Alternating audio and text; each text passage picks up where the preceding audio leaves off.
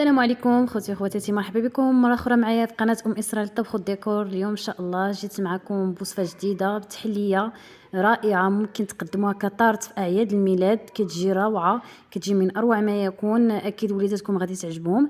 خليكم معايا. كيف كتشوفوا الطبقات واضحه، غادي نقطع معكم واحد الطريف باش تشوفوا كيف كتجي من الداخل. راه كتجي رائعه كيف كتشوفوها في الصوره. كذلك المذاق كيجي لذيذ بزاف.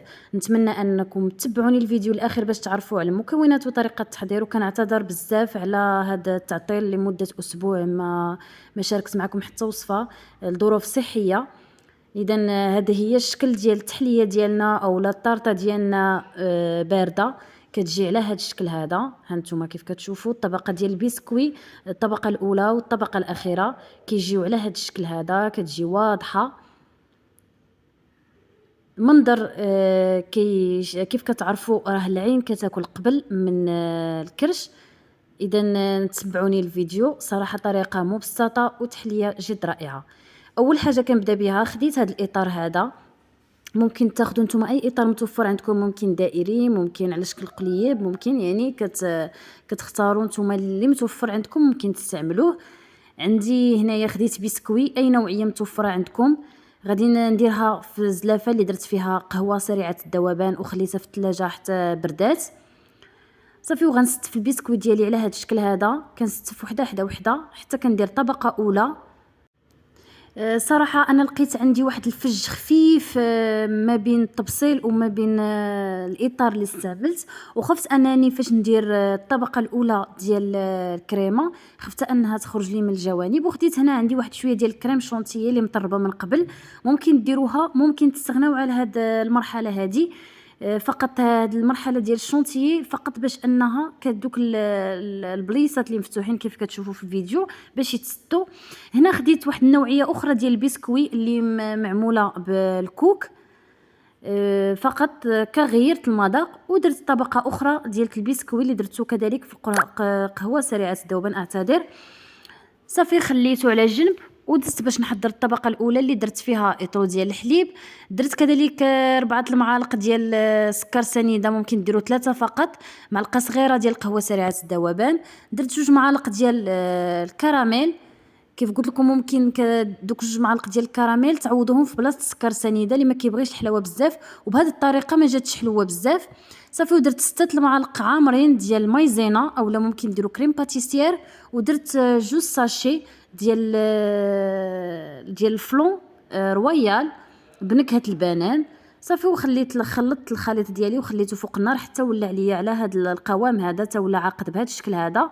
صافي وخديت المول ديالي وصبيت فيه هذاك الكريمه الطبقه الاولى.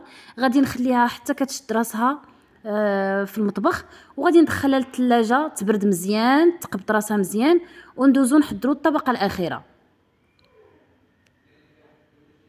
كيف كتشوفوا راه كتجي على هذا الشكل هذا. كنحاولوا اننا نسويو السطح ديالها باش تجي سطح مستوي. بالنسبه للطبقه الاخيره درت هنايا 2 الكيسان ديال الماء ودرت معهم 2 معالق صغار ديال القهوه سريعه الذوبان. درت كذلك واحد 3 المعالق ديال السكر سنيده. وهنا درت 2 فلون جابون. انا كنت مزروبه على التحليه ديالي باش توجد بسرعه. ممكن ديروا فقط ساشي وحده كافيه انها تعقد لكم هذا الخليط هذا. غادي نطرب الخليط ديالي ونخليه على النار كانني بغيت نوجد فلون عادي. هنا غندير واحد الكميه ديال الشكلاط شوكولا نوار بكميه 75% من الكاكاو باش كتعطي واحد المذاق زوين للتحليه ديالنا. ما كيجيش ما نديروش الشكلاط اللي يكون حلو، كيجي حلو بزاف. من الاحسن ديروا الشكلاط اللي كيكون غني شوكولا نوار، كتعطي واحد المذاق اروع للتحليه. صافي غادي نخلط هاد الشوكولاته ونخليها حتى كتذوب مزيان، ونصب الخليط ديالي من بعد ما صبت الطبقه ديال الكريمه الاولى اللي فوق البسكوي لقيتها انها شدات راسها. صافي غادي نصب هذا الخليط. غنحاول انني نحركو مزيان حتى شويه كيبرد واحد شويه باش ما كيفسدش ليا التحليه. صافي وغنصبو بهذه الطريقه، غنصبو تدريجيا غير بشويه كيف كتشوفوا معايا. ما نحاولش انني نصبو مره واحده. صافي غنخليه حتى هو حتى كيشد راسو في المطبخ، وعاده كندخلو للثلاجه. كنحاول دوك الفقاعات كنحيدهم باش ما يخليوليش واحد المنظر غير لائق بالتحليه. صافي من بعد ما جمدات التحليه ديالنا وجات وعقدات مزيان، غادي نحيدو دابا الاطار كيف كتشوفوا، غنحيدوه بشويه باش ما كتخسرش لينا. هذه هي التحليه ديالنا، كتجي على هذا الشكل، كتجي من اروع ما يكون. غندوزو دابا باش نزينوها. بالنسبه للطبقه الثانيه على فكره نسيت ما قلتها لكمش، فاش درت الخليط ديالي فوق النار ضفت ليه القليل من نكهه ديال الكراميل، اختياري، ممكن تضيفوها ممكن ما تضيفوهاش. صافي دابا غنزين بشويه ديال الحليب المحلى مركز وشويه ديال البنان. غندير كذلك القليل من البسكوي اللي درت في الطبقه الاولى، قطعته على شكل مثلثات ودرت زينت به، وشويه ديال رقائق اللوز وصوص كراميل، وكتجي التحليه على هذا الشكل. نتمنى انها تنال اعجابكم.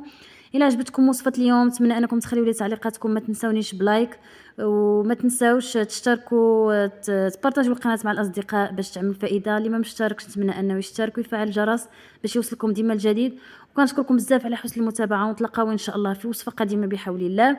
وهادو هما الطبقات ديالنا كيف كتشوفوا راهم واضحين، كتجي تحليه رائعه. نتمنى انكم تجربوها، صراحه كنقولها لكم من قلبي، انا نتمنى انكم تجربوا هذه الوصفه، اكيد غتنجح معكم من اول تجربه وغادي تعجبكم، ما غتبقوش تستغناو عليها. والى وصفه قادمه بحول الله.